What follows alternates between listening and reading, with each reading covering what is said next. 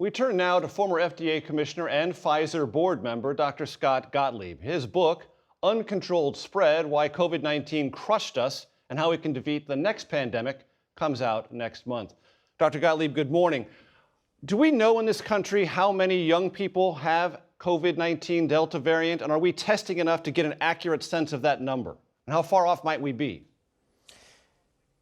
Yeah, we may be very far off. We don't have an accurate sense of that number. Right now, about 4.2 million kids have been diagnosed with COVID, but the presumption is that we're diagnosing just a small fraction of the kids who are ultimately contracting the virus. Maybe as low as 1 in 10 to 1 in 20 infections in kids is being turned over right now. So there's been far more infection among children than what we're diagnosing, because most of the infection is asymptomatic or mild disease that doesn't necessarily present to a pediatrician for testing. And this is really a critical question because it gets to the heart of whether or not this new Delta variant is more pathogenic in children. We see rising numbers of hospitalizations and ICU admissions among kids. The question is that because this is a more dangerous variant in children, or are we just infecting a whole lot more kids? So we're not really getting an accurate sense of the denominator. We're only seeing the numerator of kids who are presenting with more severe disease. I suspect it's the latter. I suspect that the number of kids who are getting into trouble with COVID hasn't really changed with this Delta variant. The reason why we're seeing rising hospitalizations and ICU admissions among kids is because we're infecting a whole lot more kids with it. So doing that quick math, we could have 10 million to 20 million cases right now, if I heard you correctly. Yeah, well, there's 50 million school-age children. We've diagnosed a little over 4 million. About 8 million have been vaccinated. So the question is how many kids overall have been exposed to this virus and developed some measure of immunity. It could be as high as 25 million or more when you start doing the math around that 4.2 million who are known to have been infected. We're certainly diagnosing less than 1 in 4 cases. In the peak of the epidemic in the winter, we were turning over probably about 1 in 4 cases in adults. We always knew the fraction of cases that were getting diagnosed in kids was less. We're doing less routine screening in children. Children get milder disease on the whole, so they don't present to their pediatricians for testing. But the ascertainment rate right now may be even lower with this Delta variant. So should school districts be testing on a regular basis when children return? And when you say regular, is that once a week, twice a week, more? It's once a week or twice a week, and if you Google test to stay, there's now a movement in a lot of districts. North Dakota's doing this, some other states as well, to use testing as a way to keep kids in the classroom. So when you identify a case, rather than quarantining the whole class or a large swath of the school, which is happening in a lot of states right now in the South as the epidemic rages there, what some districts are doing is using testing where they'll test the close contacts of kids immediately to make sure there's not other asymptomatic cases that are going undiagnosed, and then test them at some kind of interval, maybe at 3 days and 5 days, to make sure that there's not an outbreak being triggered in the school. So you can use testing to avoid broad quarantines. I think the combination of kids wearing masks in the classroom to avoid spreading the virus with testing can allow the school year to go on without these large quarantines that we're seeing in some districts while keeping children safe. And on that question of quarantines, is that the proper policy response?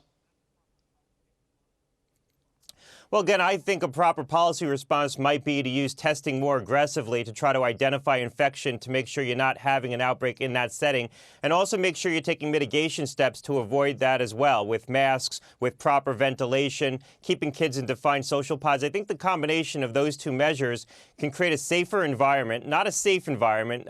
Schools aren't inherently safe, but they can be made more safe without putting large groups of students in quarantine. In one district in Hillsborough, Florida right now, around Tampa, there's been 2,700 kids have been diagnosed with COVID. About 6% of the kids in that district are in quarantine.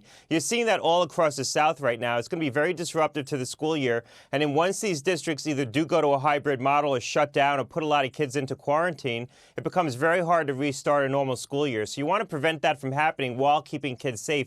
I think testing could be used as a very effective tool to do that. And some states are leaning hard into that. Are case rates beginning to peak in the South where the Delta variant has hit the hardest?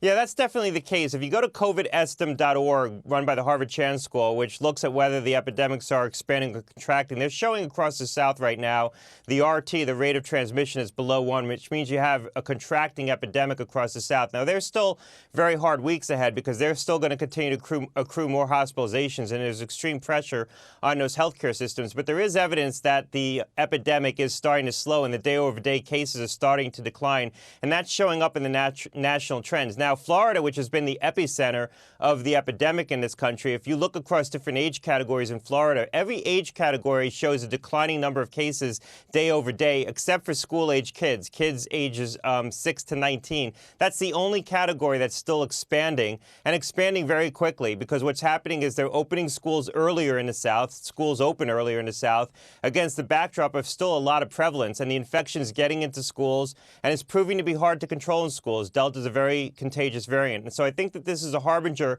of the challenges that we're going to face nationally as schools reopen.